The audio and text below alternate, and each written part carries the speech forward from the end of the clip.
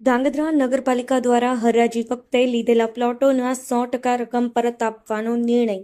સુરેન્દ્રનગર જિલ્લાના ધાંગધ્રા નગરપાલિકા દ્વારા ભાતીગળ લોકમેળાનું આયોજન દર વર્ષે કરવામાં આવે છે. ધાંગધ્રાના નદીના પટ્ટમાં યોજાતો સાતમ, આઠમ, નોમ અને દશમ એમ 4 દિવસનો લોકમેળો દર વર્ષે ધાંગધ્રા નગરપાલિકા દ્વારા યોજાય છે.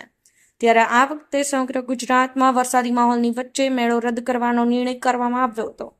ત્યારે ધાંગધ્રા નગરપાલિકાના હરાજી વખતે 1.43 કરોડની આવક થઈ હતી. ત્યારે મેળો રદ થતા હરાજી વખતે ખરીદેલા પ્લોટોના 100% રકમ પરત આપવાનો નિર્ણય કરવામાં આવ્યો છે. ધાંગધ્રાના મેળાના મેદાનમાં રાજીવ વખતે ખરીદેલા પ્લોટોનો 1 પણ રૂપિયો કાપ્યા વગર 100% રકમ આપવાનો નિર્ણય ધાંગધ્રા નગરપાલિકાના ચીફ ઓફિસર મંટેલ કુમાર પટેલ તથા નગરપાલિકા પ્રમુખ કુલદીપસિંહ ઝાલા દ્વારા કરવામાં આવ્યો છે.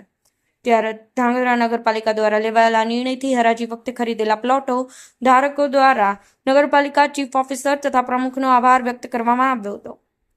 મહેશ સોની, સમય 24 ન્યૂઝ, ધાંગધ્રા.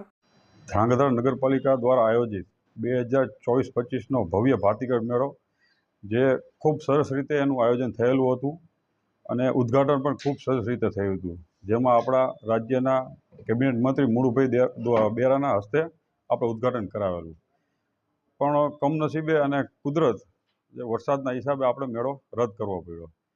એનું કારણ એક જ હતું કે ધ્રાંગધ્રામાં બહુ ઓછો વરસાદ થયો હતો, ઉપરવાસમાં ઘણો બધો વરસાદ થયેલો, જેના હિસાબે ફલકુ ડેમ ભરાઈ ગયો અને આપણો શ્રાવણી મેળો જે રહ્યો એ ફલકુ નદીના કાંઠે યોજવામાં આવે છે. એટલે મહત્ત્વની વસ્તુ એ હતી કે એના ડેમના પાટિયા ખોલવા પડવી પોઝિશન હતી. એટલે અમે બધાએ નક્કી કર્યું કે ભાઈ મેળો રદ કરી. એટલે ઉપરથી પણ ડિસિઝન એ જ લેવામાં આવ્યું હતું ડીસી સાહેબ દ્વારા. અને ખાસ એનો હેતુ એટલો જ હતો કે ધ્રાંગધ્રા શહેરની જનતા, ગ્રામ્યમાંથી આવતી જનતા અને રાજધારકોની જેમની સલામતી જળવાઈ રહે એના માટે અમે આ ડિસિઝન લીધું મેળો બંધ રાખવાનું. બીજી વસ્તુ એ આજે જાહેર કરવા માગું છું કે સ્ટોલ ધારકો છે, પથાણાવાળા છે, રાઇટ્સ ધારકો છે, એમને કોઈ પણ જાતની અમને અરજી પણ નથી આપી, કોઈ પણ જાતની રજૂઆત પણ નથી કરી, પણ અમે સમજી શકીએ છીએ કે એમની પરિસ્થિતિ શું હોય. એટલે અમે નગરપાલિકા દ્વારા એવું ડિસિઝન લેવામાં આવી છે કે આજે કંઈક અંશે એમને અમે લાભ આપી. એની માટે અમે માનનીય આઈકે જાડેજા સાહેબ અને આપણા લોકલાડીના ધારાસભ્ય પ્રકાશભાઈ વરમોરા સાહેબ સાથે ચર્ચા વિચારણા કરી. જેઓ એક જ સુરે કીધું કે ભાઈ લોકહિત અને ગરીબોને કોઈ નુકસાન ન પહોંચે એવું તમે ડિસિઝન લેજો. એટલે અમે આ ડિસિઝન આજે હું મંટેલ કુમાર પટેલ સાહેબ, મેળા કમિટી ચેરમેન પ્રહલાદસિંહ, ઉપપ્રમુખ કારોબારી ચેરમેન પ્રવીણભાઈ, અમે બધા સાથી સુધારા સભ્યો બેઠા હતા અને સાથે આજે અમે એવું ડિસિઝન લીધું છે કે અમે તમામ રાઇટ્સ ધારકો, પાથરણાવાળા, આઈસ્ક્રીમ સ્ટોલ ધારકો કે જે બી નાના મોટા આજે મેળામાં ભાગ લીધો હતો તમામના અમે 100% રકમ અમે પરત કરી રહ્યા છીએ. એટલે આજે આનાથી એમને આર્થિક નુકસાન થશે મને ખ્યાલ છે, પણ કંઈક મહદ અંશે અમારા આજે પૈસાની આવક થઈ હતી અમે પાછી આપી છે કે જેનાથી એમને કંઈક ફાયદોરૂપ થશે. અને ધ્રાંગધ્રાના મેળાના ઇતિહાસમાં પ્રથમ વખત 1,43,00,000 જેટલી માતબર રકમ આવી હતી. એટલે અમે આજે સંપૂર્ણ ડિસિઝન લઈ લીધું છે કે તમામ વ્યક્તિઓને અમે સ્ટોલ ધારકોના બધા પૈસા પાછા આપીશું. આ સાથે હું ખાસ તો એ કહેવા માગીશ કે Rudraksh Mandap decoration, new Raunak light decoration Surendranagar તેમજ Shri Shakti sign Dhrangadhra, Momai CCTV camera વગેરે કોન્ટ્રાક્ટરોને આજે અમે નગરપાલિકાએ બોલાવ્યા હતા. તો એમને પણ અમે ચર્ચા કરી કે ભાઈ આનું આર્થિક ભારણ નગરપાલિકા ઉપર તો આવવાનું જ છે, કારણ કે અમે ઘણા બધા સ્ટોલ આ તે બધું ઊભું કરેલું, ડોમ ઊભા કરેલા, અગાઉથી બધું આયોજન કરેલું, એટલે એનું આર્થિક ભારણ નગરપાલિકા ઉપર આવવાનું હતું. પણ આ બધા વ્યક્તિઓને બોલાવ્યા તો એમને પણ અમને એટલું આશ્વાસન આપ્યું કે અમે પણ એમાં ખર્ચ બાદ કરી દઈશું. એટલે અમે એમનો પણ નગરપાલિકા વતી આભાર વ્યક્ત કરીએ છીએ. સાથે સાથે હું પ્રાંત અધિકારી સાહેબ હર્ષદીપ આચાર્ય સાહેબ તથા મામ સાહેબ ગોયલ સાહેબનો પણ હું આભાર વ્યક્ત કરીશ અને એમના તમામ સમગ્ર સ્ટાફનો પણ નગરપાલિકા વતી આભાર વ્યક્ત કરું છું. સાથે સાથે મારા તમામ સાથી સુધરાઈ સભ્યો, ચીફ ઓફિસર તથા નગરપાલિકાનો સંપૂર્ણ સ્ટાફ, વિવિધ સંસ્થાઓ કે જેને સેવાકીય કાર્યમાં ભાગરૂપ થયા હતા તેઓ, મારા સાથી સંગઠન કિરીટસિંહ જાડેજા, એમની સમગ્ર ટીમ, એમનો પણ હું આભાર વ્યક્ત કરું છું. એમને પણ મને ક્યાંક ને ક્યાંક મહદ અંશે બધાએ મદદ કરેલી છે. ત્યારબાદ હું તમામ પત્રકાર મિત્રોનો હું આભાર વ્યક્ત કરીશ કારણ કે આજે પત્રકાર મિત્રોએ પણ મને સંપૂર્ણ સાથ સહકાર આપ્યો છે દરેક વસ્તુમાં, એટલે એમનો હું દિલથી આભાર વ્યક્ત કરું છું.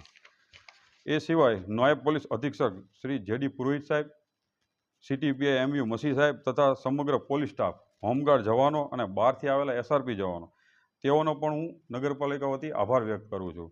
સાથે સાથે ધાંગધ્રા PGBCL ગઢવી સાહેબ અને એમનો સ્ટાફ, તેમને પણ હું નગરપાલિકા વતી આભાર વ્યક્ત કરું છું, જેઓ ખડે પગે રહીને આજ નગરપાલિકાનું આ આયોજન સફળ કરવામાં બધાએ મદદરૂપ કરેલી. આભાર. ભાતીગળ મેળો એક બ્રાન્ડ બન્યો. આજે આજુબાજુના પંથકમાં આ મેળો બહુ વખણાય છે. એટલે કુદરતી આફત આવી અને રાજ્ય સરકારે ઝીરો કેઝ્યુલિટીનો નિર્ણય લીધો, કારણ કે મનુષ્ય જીવન અમૂલ્ય છે. કોઈ દુર્ઘટના ઘટી ન જાય એટલે ફલકુ ડેમમાં પાણીનો ફૂલ ફ્લો આવવાના હિસાબે, ઉપરવાસના હિસાબે આ મેળો બંધ રાખવાનો નિર્ણય લેવો પડ્યો.